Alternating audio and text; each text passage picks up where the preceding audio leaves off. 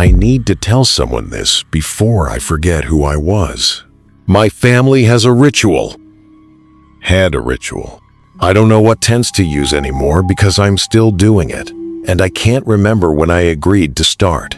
It began the weekend after my grandfather's funeral. I was 26. My parents asked me to come home to help sort through his things. He'd lived in the old family house, the one with the wraparound porch that always smelled like wet leaves and motor oil, even in summer. 3 generations of our family had been born in that house. My dad grew up there. I spent every summer there as a kid. The house felt different when we arrived. Hollow, like something had been scooped out of it. My mother handed me a box of photographs and told me to organize them by decade. She said it in this flat voice, like she was reading from a script. My dad was in the basement. I could hear him moving things around, heavy scraping sounds that made the floorboards hum. I sat in my grandfather's study with the photos spread across his desk. Most were the usual things: birthday parties, graduations, my grandfather standing in front of the house with his arm around my grandmother, both of them young and squinting into the sundae. But near the bottom of the box, I found a photo that made me stop. It was taken in the living room downstairs. The furniture was different, older, but I recognized the stone fireplace. There were 7 people standing in a line, facing the camera. My grandfather was the youngest, maybe 8 or 9. He was holding hands with the person next to him.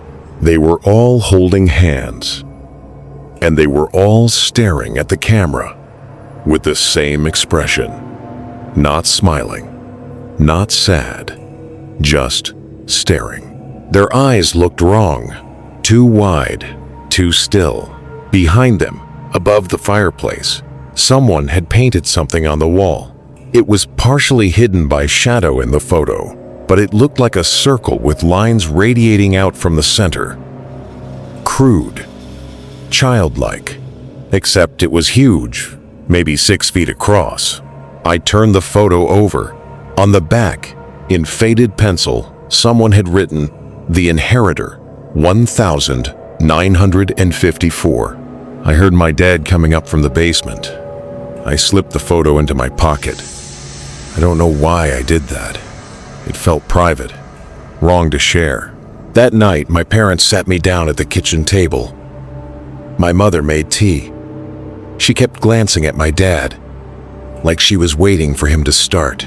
Finally, he cleared his throat and said, "Your grandfather left you something."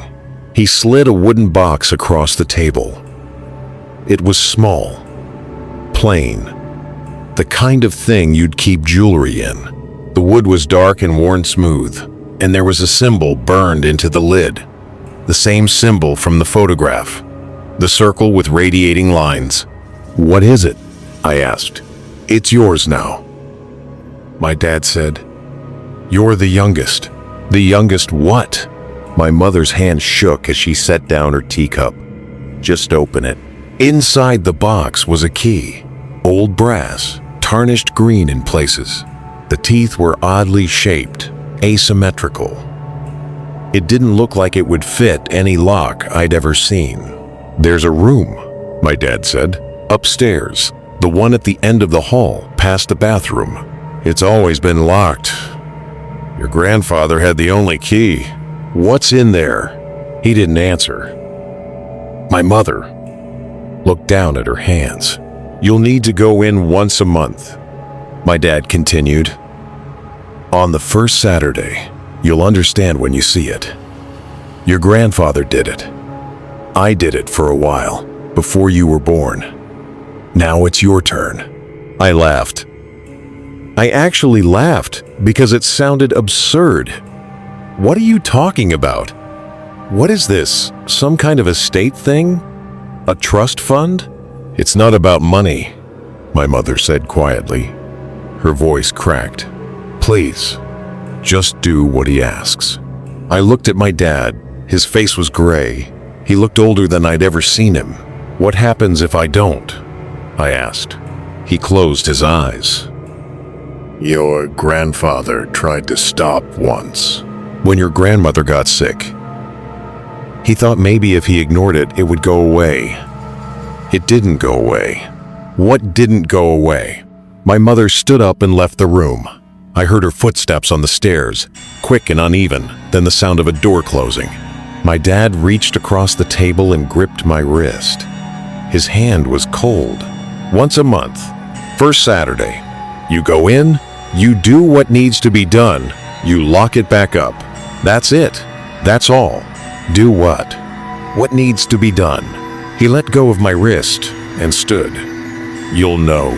I didn't go upstairs that night. I told myself I'd deal with it in the morning. That they were just grieving in some weird way. That families do strange things when someone dies. I tried to sleep in my old bedroom, but I kept thinking about the photograph. The people holding hands. The way they stared. Around 3 in the morning, I heard something. At first, I thought it was the wind. The house was old. It made sounds. But this was different. It was rhythmic. A soft thumping. Like someone walking in circles. It came from above me. From the 3rd floor. I got out of bed and opened my door. The hallway was dark. My parents' room was silent. I stood there listening, my heart pounding in my ears. And the sound stopped. I went back to bed. I didn't sleep. The next morning, my parents were already gone. There was a note on the kitchen table. We'll be back tomorrow. The key is yours. First Saturday is in 3 weeks. Don't forget. I went upstairs. The 3rd floor hallway was narrow and dim. There were 4 doors. 3 were open, leading to storage rooms filled with boxes and old furniture. The 4th, at the end of the hall, was closed. The wood was darker than the others, almost black, and there was no handle, just a keyhole. I took out the key. My hand was shaking. The key slid in smoothly, and when I turned it, I heard something click deep inside the door, like a series of tumblers falling into place. The sound went on for several seconds. More locks than there should have been. I pushed the door open. The room was small. Maybe 10 feet by 10 feet. There were no windows. The walls were bare, except for one thing. The symbol. The circle with radiating lines. It was painted directly onto the wall in something dark and flaking. It looked old. Older than the house. In the center of the room was a chair. A simple wooden chair, facing the symbol. On the seat of the chair was a leather-bound journal. I picked it up. The cover was soft and worn, like it had been handled thousands of times. I opened it to the first page. The handwriting was shaky, faded. October 1st, 1949. I don't understand what I saw, but I will record it. I will be faithful. I will inherit what was given. I flipped through the pages. Different handwriting. Different dates. Dozens of entries. Maybe hundreds. Spanning decades. I recognized my grandfather's handwriting near the end. The last entry was dated 3 weeks before he died. They're getting closer. I can hear them in the walls now, whispering my name. I thought if I kept the ritual, they'd stay in the room. I was wrong. They're not in the room. They're in me. Whoever comes next, I'm sorry. I tried to stop this. I couldn't. My throat closed up. I flipped back further, looking for context, for explanation. Most of the entries were short, single sentences, observations. I sat for 20 minutes. Nothing happened. The air felt heavier today. I heard a voice. It wasn't mine. I looked into the symbol for too long. I saw someone looking back. One entry, written in an old, meticulous script, stood out. The ritual is simple. Sit in the chair. Face the symbol. Speak your name aloud. Then sit in silence until you hear the name repeated back to you. When you hear it, you may leave. If you do not hear it, do not leave. To break the chain is to become the door. I read that line again. To become the door. I looked at the chair, at the symbol on the wall. I sat down. I don't know why I did it. Maybe I was curious. Maybe I thought if I did it once, I could prove to myself it was nothing. That my family was just superstitious. That grief had made them paranoid. I sat in the chair and stared at the symbol. "My name is Aaron," I said. My voice sounded small in the empty room. I waited. The silence was thick, not peaceful, expectant, like the room was holding its breath. I don't know how long I sat there. 5 minutes, 10. My back started to ache. I shifted in the chair, and the wood creaked, and the sound seemed too loud. Then I heard it, faint, barely audible, a whisper from somewhere behind the walls. "Aaron." My skin went cold. "Aaron." It was my voice, exactly my voice. The same pitch, the same inflection, but it wasn't coming from me. "Aaron." I stood up. My legs were shaking. I walked out of the room, locked the door, and went downstairs. I didn't stop until I was outside, standing in the driveway, breathing hard. I got in my car and drove home. For 3 weeks, I tried to forget about it. I went back to work. I saw friends. I told myself it was just an echo. Old houses do that. Sound bounces. The mind fills in gaps. But at night, when I was alone, I'd hear it. "Aaron." Soft, distant, like someone calling from another room. I'd check my apartment. Every room, every closet. Nothing. But the moment I stopped moving, I'd hear it again. "Aaron." I started sleeping with the TV on. White noise. Anything to drown it out. It didn't help. The voice got clearer. 2 days before the first Saturday, I called my dad. I asked him what would happen if I just didn't go, if I threw the key away, if I sold the house. He was quiet for a long time. Then he said, "Your grandfather tried that. It found him anyway."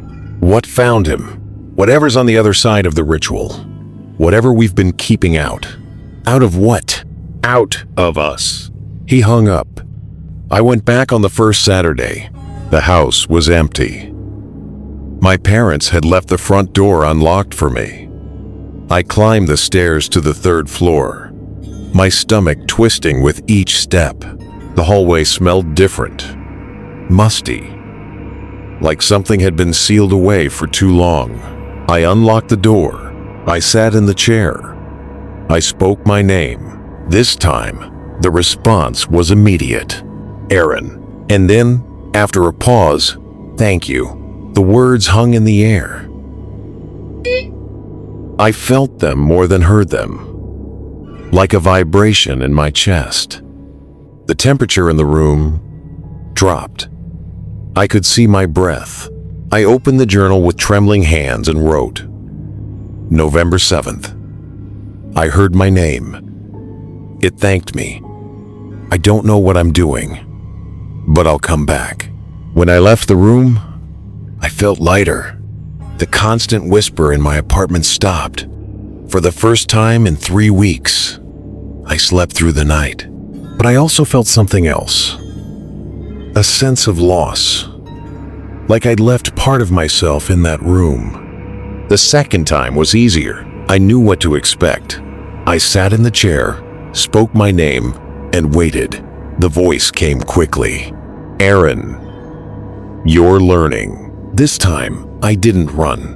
I sat there, staring at the symbol, and asked, "Learning what?" Silence. Then, so quietly I almost missed it, to listen. I wrote in the journal, December 5th, it's talking to me, not just repeating, responding. I asked what I'm learning. It said to listen. I don't know what that means. When I left, I noticed something strange. There was a photograph on the mantel downstairs that I'd never seen before. It showed my grandfather standing in front of the house, But he was alone. No one else. Just him. And he was looking at the camera with that same blank expression from the group photo. I picked it up. On the back, in his handwriting, 1987, the year I inherited. I took the photo with me. By the third visit, I'd started researching. I spent hours in the local library, looking through old newspapers, town records, anything about the house. I found an article from 1923 about a family that lived there before us. The Morgans.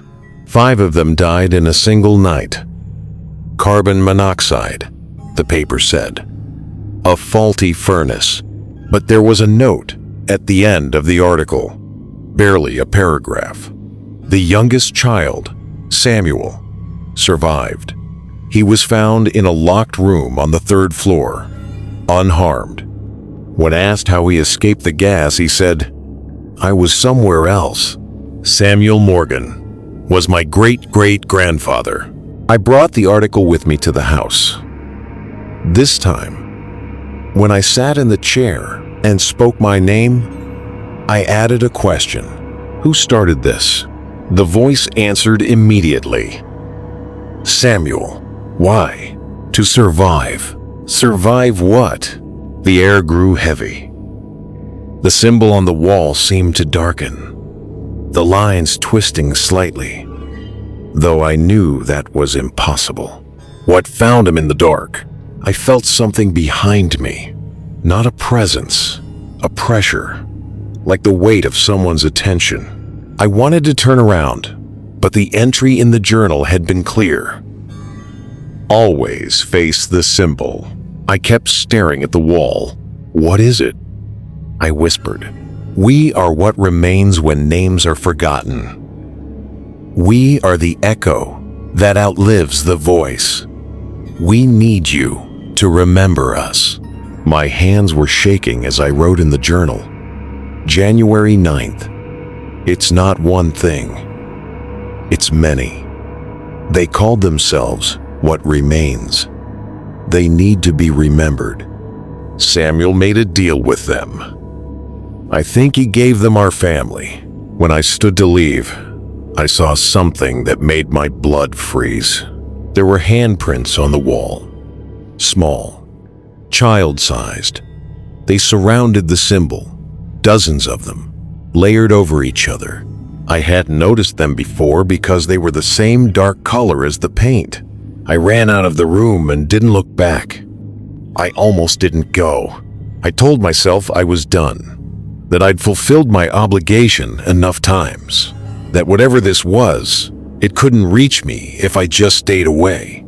But on February 5th, I woke up to find my name written on my bathroom mirror, not in steam, in something dark and sticky that smelled like rust.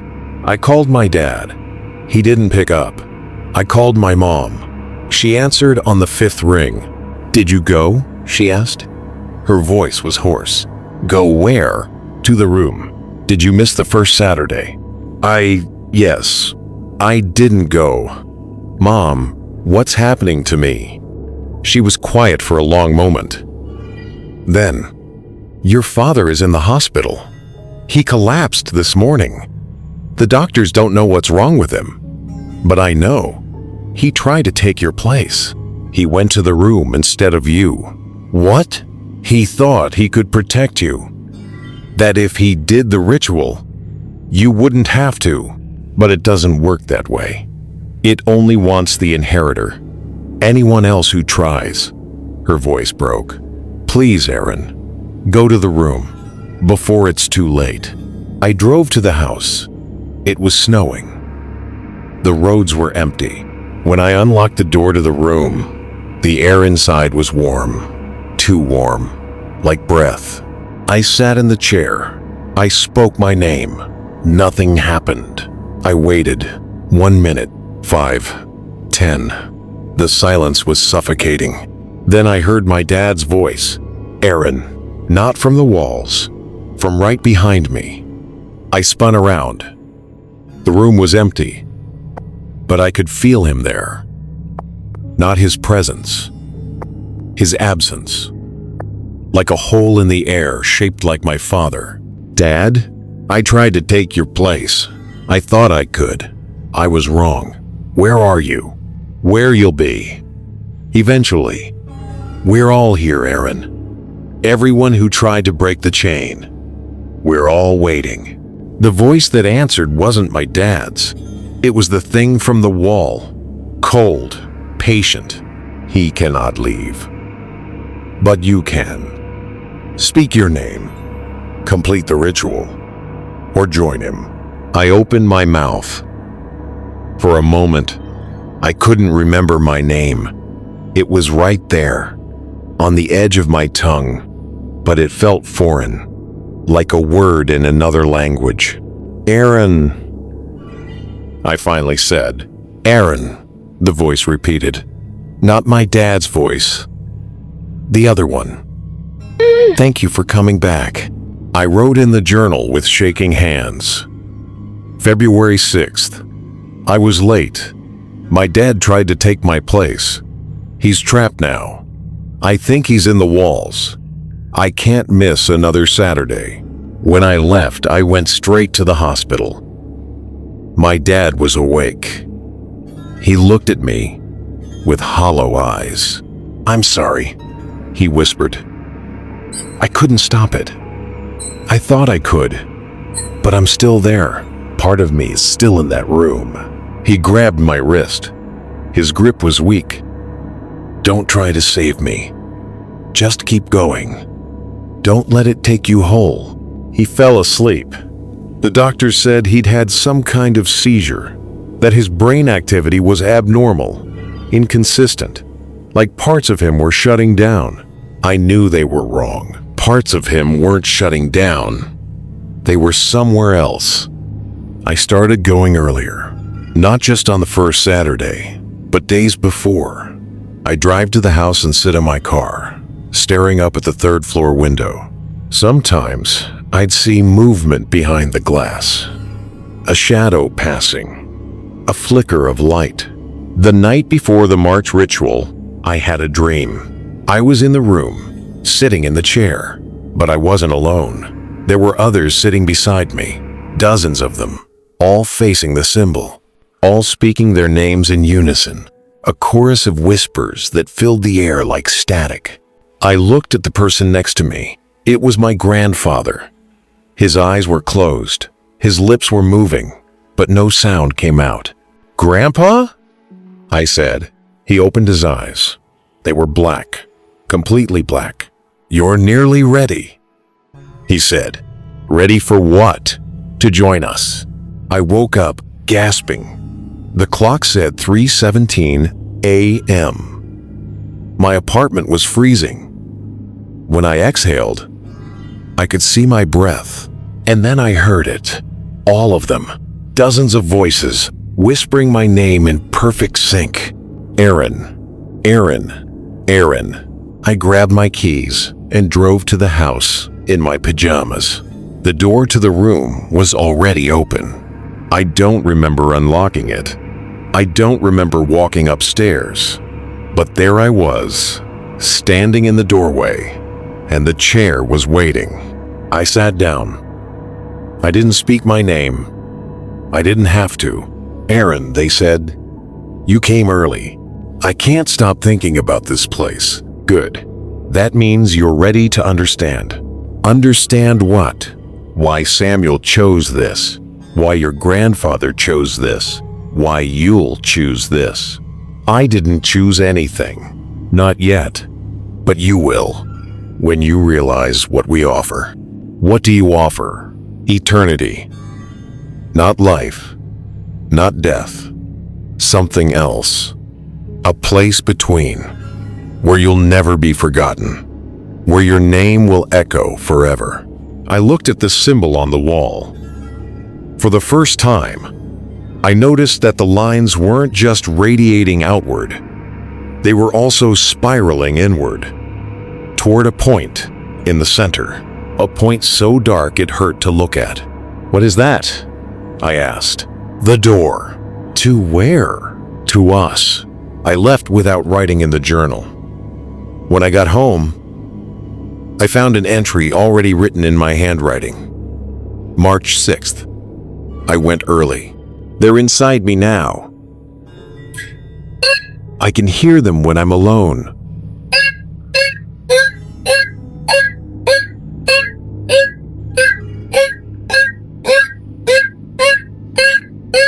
I think I'm starting to forget who I was before this started.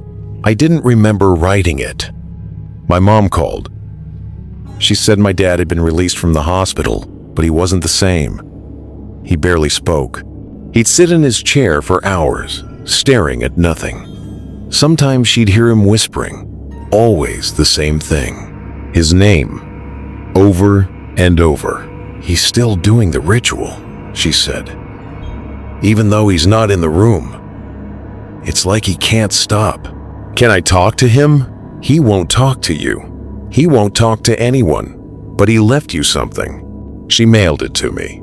It arrived 2 days before the April ritual. A letter, written in my dad's handwriting. But the letters were uneven, shaky. Aaron, I don't have much time. The room is everywhere now. I see it when I close my eyes. I see the symbol. I see them waiting. You need to understand something. The ritual isn't about keeping them out. It's about feeding them. Every time you speak your name, you give them a piece of yourself. Eventually, there's nothing left. You become the echo. You become what they are. I tried to break the chain. I thought if I took your place, you'd be free. But there is no freedom, only inheritance. I'm sorry. I'm so sorry. Don't become like me. Don't let them take you whole. The letter ended there. No signature. I brought it with me to the room. When I sat down, I placed the letter on my lap and spoke my name. Aaron, your father loves you. The words hit me like a punch. I started crying. I don't know why. Maybe because it was true. Maybe because I knew my dad was gone, even though he was still alive. What did you do to him? I asked. We did nothing. He did it to himself. He tried to carry 2 names, his and yours. The ritual only allows one. Why? Because names are singular. Identity is singular. To be remembered, you must be distinct. Your father tried to merge with you, to protect you. But in doing so, he fractured. Now he is neither himself nor you. He is between. Can I save him?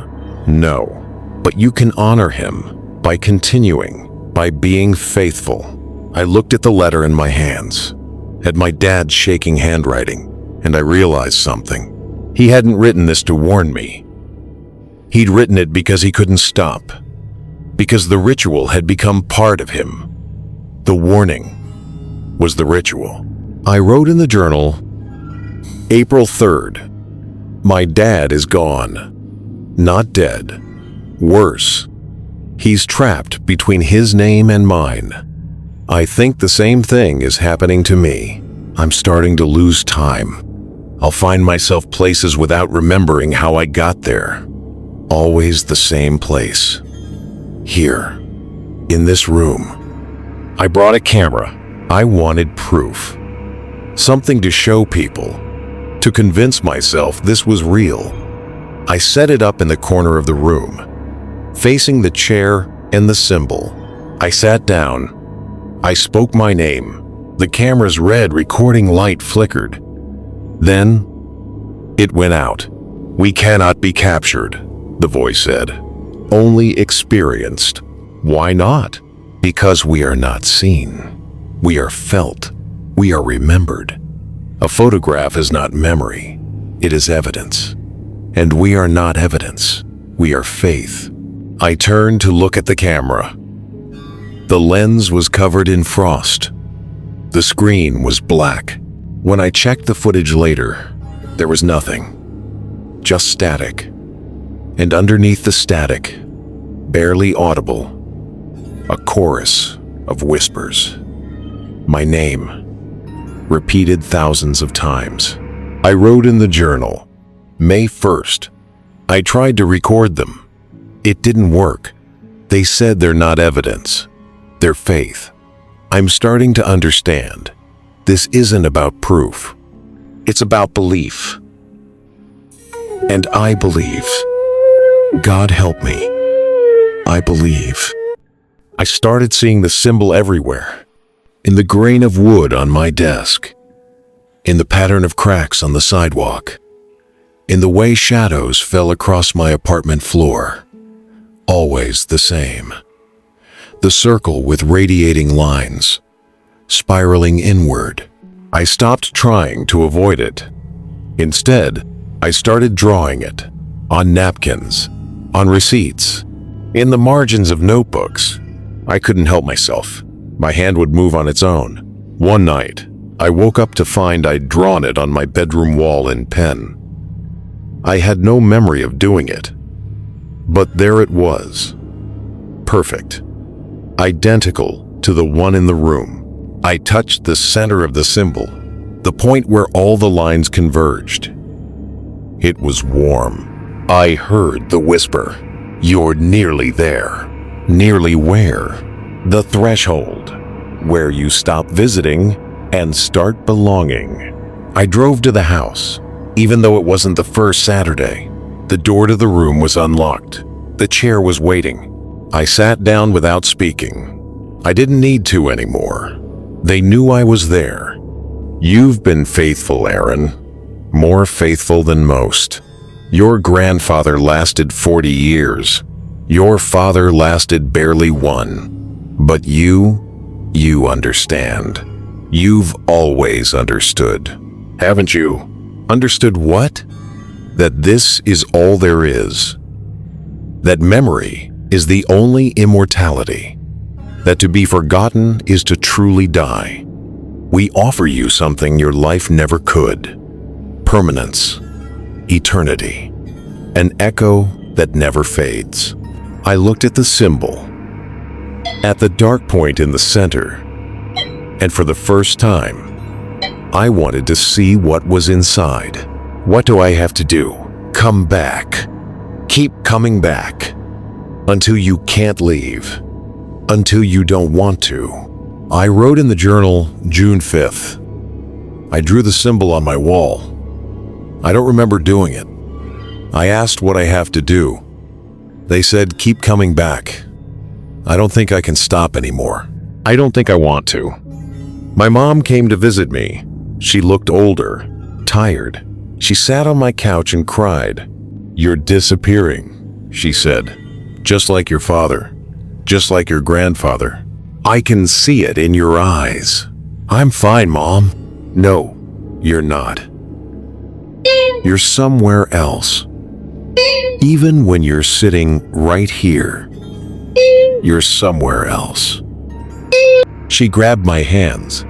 Hers were warm. Mine were cold. Please, Aaron, stop going to that room. Let it end with you. Let this family be free. I wanted to tell her I couldn't. That the ritual was part of me now. That I heard them even when I was miles away.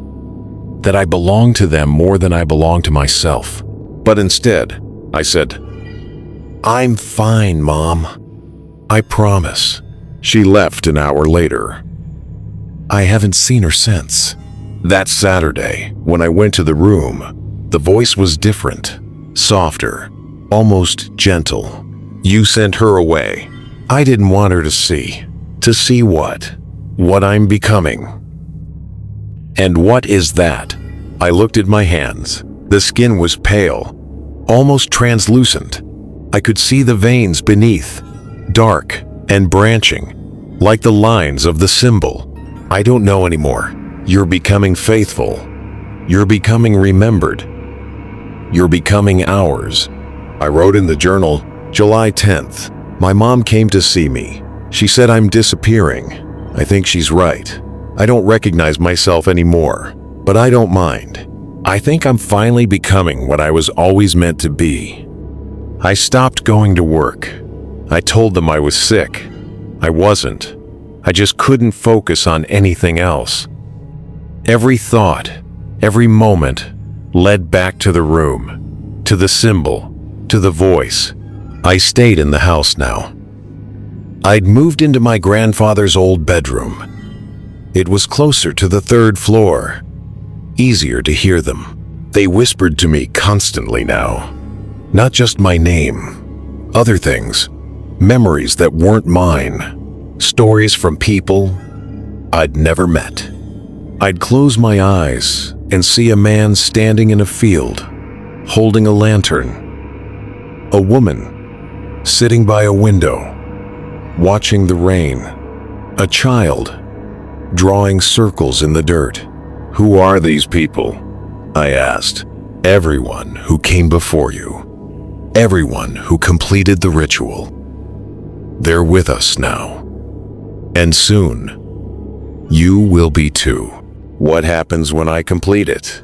You'll stop being Aaron, and you'll start being everyone. I wrote in the journal, August 7th. I live here now. I can't leave. They show me things. People I've never met. I think they're all inside me. All the names. All the memories. I'm not just inheriting the ritual. I'm inheriting them. I tried to bring someone with me, not to help, just to show them, to prove I wasn't crazy. I called an old friend from college, Daniel. I told him I needed to show him something. He came, probably out of concern more than curiosity. We went upstairs together. I unlocked the door. "What is this?" he asked. "A ritual. My family's been doing it for decades, maybe longer." He walked closer to the wall, studying the symbol. "It's just paint. It's more than that." He turned to me. His face was pale. "Aaron, you look terrible. When's the last time you ate?" I couldn't remember. Days? Weeks? "Sit in the chair," I said. "Just for a minute. You'll understand." He shook his head. "I think you need help. Real help. This isn't, please, just sit." He Saturday. Not because he wanted to, because he was scared of me. "Now say your name." "Aaron, this is insane." "Say your name." He flinched. Then, quietly, "Daniel." We waited. The room was silent. After a moment, he stood up. "See? Nothing." "Aaron, please, let me take you to—" "Daniel." He froze. The voice had come from behind him, from the wall. "Daniel." His eyes went wide. He backed toward the door, shaking his head. "No, no, that's not how did you—" "Daniel." He ran, down the stairs, out the front door. I heard his car start, then the sound of tires on gravel. I sat in the chair. I didn't speak my name. I didn't need to. They were already there. He'll come back. They always come back. Once we know their name. I shouldn't have brought him here. You wanted to share this, to show someone what you found. That's natural. But this isn't something you can share. It's something you inherit. Alone. I wrote in the journal. September 4th. I brought Daniel. The voice said his name. He ran. I don't think he'll come back. I'm alone now. Completely alone. Except for them. And they're always here. My mom died. My dad called to tell me. His voice was hollow. Automated. Like he was reading from a script. She passed in her sleep. The funeral is next week. Will you come? Yes. Good. Bring the key. He hung up. I went to the funeral. I sat in the back. I didn't speak to anyone. During the service, I kept thinking about the room, about the symbol, about how much easier it would be if I just left, if I just went back. After everyone left, my dad approached me. He looked worse than before. His skin was gray. His eyes were sunken. "She tried to burn it down," he said. "The room. She went there with gasoline and matches. But the door wouldn't open. Not for her. It only opens for the inheritor. Dad. She died because of this. Because she tried to save us. But you can't save someone who's already gone." He handed me an envelope. Inside was a photo. My mom, standing in front of the house, smiling. Young. Happy. On the back, she'd written, "Before we knew." "I'm sorry," I said. "Don't be sorry. Just finish it. Whatever you're doing in that room, finish it. So this can end." He walked away. I never saw him again. That Saturday, when I sat in the chair, I cried. For the first time since this started, I cried. "We know," the voice said. "We know what you've lost, and we're sorry. But loss is the price of inheritance. To carry the names of the dead, you must let go of the living." I don't want to let go. You already have. I wrote in the journal, October 2nd. My mom is dead. My dad is gone. I'm the only one left. They said loss is the price of inheritance. I think I'm finally understanding what that means. To inherit something, you have to become it. And I'm becoming them. It's been a year since I first sat in the chair. I live in the house permanently now. I sleep in the room sometimes. On the floor, curled up beneath the symbol. It feels safer there. Warmer. Like being held. The journal is almost full. Hundreds of entries. Most in my handwriting. Some I don't remember writing. The words blur together. Different perspectives. Different voices. But all saying the same thing. We are faithful. We are remembered. We are here. I've stopped eating regularly. Food tastes like nothing. Water feels thick in my throat. My body is changing. I can feel it. My bones ache. My skin is loose. When I look in the mirror, I see someone else. Someone older. Or maybe younger. I can't tell anymore. The voice doesn't wait for me to speak anymore. It's always there. In my head, in my chest, in the spaces between my thoughts. Soon, it says. Very soon now. Soon what? Soon you'll understand why Samuel started this, why he chose this, why every inheritor chooses this. I didn't choose this, not consciously. But you came back, again and again, even when you could have stopped. Even when you knew what it was doing to you. That's choice. That's faith. I look at the symbol.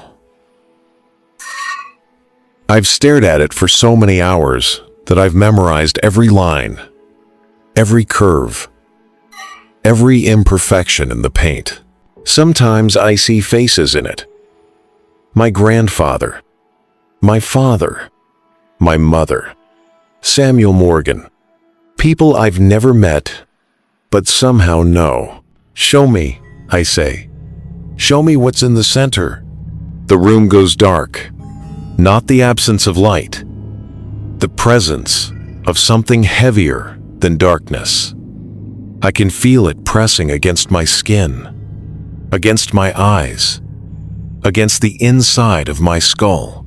The symbol begins to move. The lines spiral inward faster and faster, all converging on that central point. The point that I've been staring at for a year. The point that's been staring back. And then, I see it. A door. Not a physical door.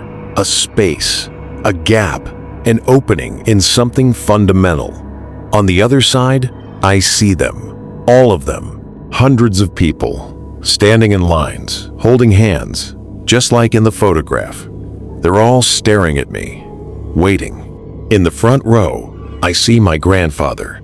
Next to him, my father. Both of them look peaceful, complete, like they've finally stopped fighting. They're not suffering. I whisper, no, they're free. Free from time, free from forgetting, free from the terror of being erased. But they're not alive.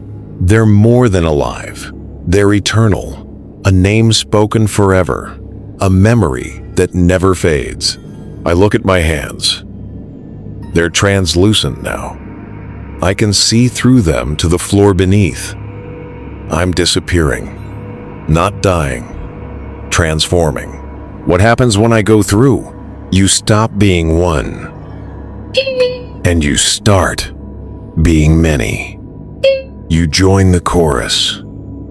You become part of us, and we become part of you, forever. I think about my life before this, my apartment, my job, my friends.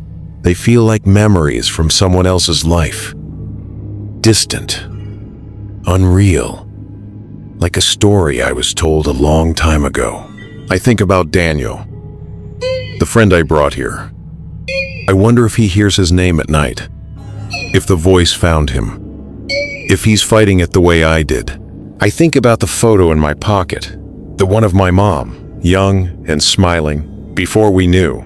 If I don't go through, I say, what happens? You fade. You become nothing. A ghost, haunting your own life. Eventually, you'll disappear completely, and no one will remember you existed. And if I do go through, you live forever. In memory, in ritual, in every person who comes after you. I close my eyes. I can feel them waiting. Generations of inheritors, all the names my family has carried, all the voices that have spoken in this room. I open my eyes and stand up. The journal falls from my lap. I pick it up and turn to the last empty page. I write, November 7th. It's been exactly 1 year. I'm ready now. I understand what Samuel did. He didn't trap us. He saved us from being forgotten, from disappearing. I'm gonna finish the ritual. I'm gonna become what I was always meant to be. To whoever finds this, I'm sorry, and I'm not. The door is open. All you have to do is walk through. I set the journal on the chair. I turn to face the symbol. The door in the center is still open. I can see them all waiting for me. I take a step forward. The house was sold 3 months ago. A young family bought it. They have 2 children, a boy and a girl. The boy is the youngest. He just turned 7. They've been renovating, tearing down walls, painting, making it theirs. But they left the 3rd floor untouched. The real estate agent told them it was storage space, not worth the trouble. The locked room at the end of the hall stays locked. The new owners haven't asked about it. They don't think about it. It's just a door.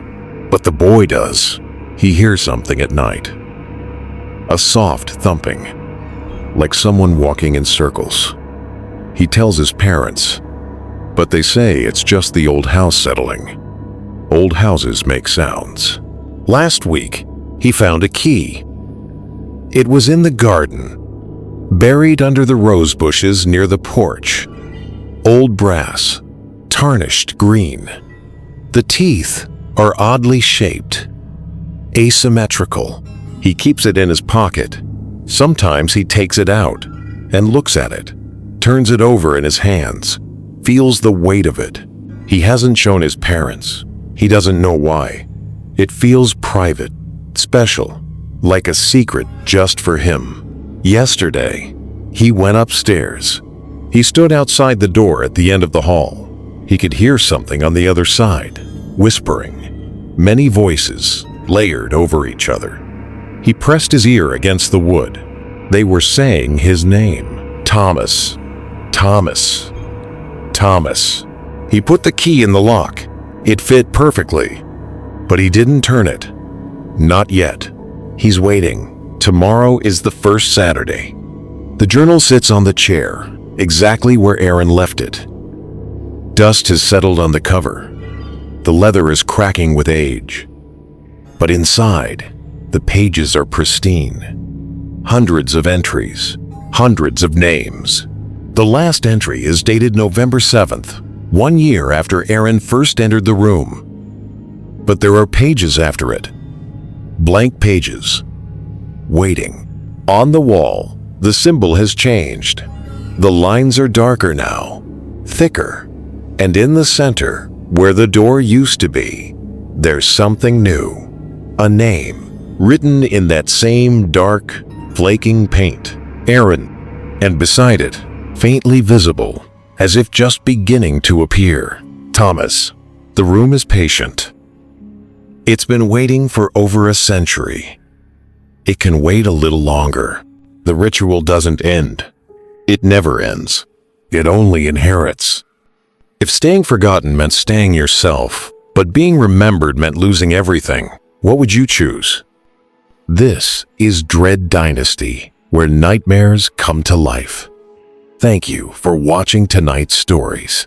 Don't forget to like, comment, and subscribe, because the next nightmare is closer than you think. Check the channel for more interesting nightmare